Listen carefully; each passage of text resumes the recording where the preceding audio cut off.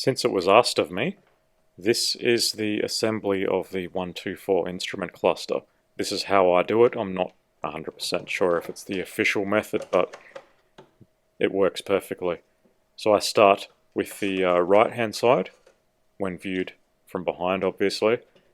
Get that installed. No screws yet. Then the left side.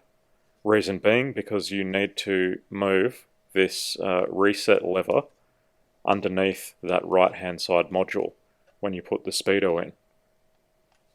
So that has to be lifted and then the speedo slid underneath it, like so.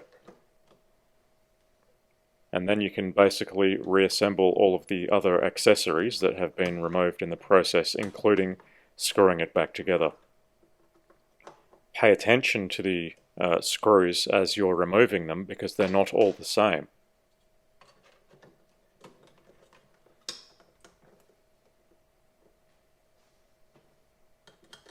On this one at least, the screw for that dimmer module is unique, as well as the two for the outside temperature display.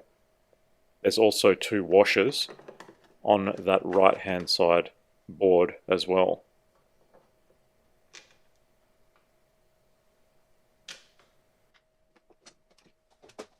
And when screwing self-tapping screws into plastic, I always rotate the screwdriver backwards until I can hear the first thread click into position, and then I go ahead and tighten it up.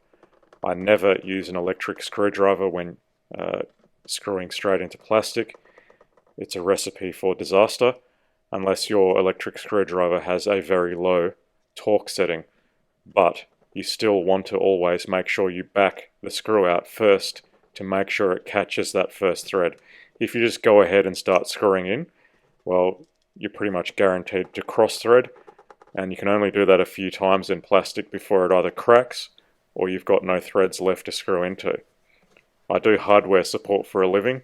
I'm used to screwing things into plastic, and I never have stripped plastic threads. So this is what my cluster looks like after I've assembled it with my painted needles, and it looks great. Unfortunately, I couldn't do much about the hash marks, but it is what it is. And because I know it will be asked of me, I've just reversed the video here. You can see how to disassemble it as well. It's just a reversal of assembly. And this is for the mechanical speedo version, obviously. We never got V8s in the right-hand drive world that I'm aware of, unless AMG probably made some. They have electronic speedos. I'm not sure on the process on those. It's probably similar, but I don't know.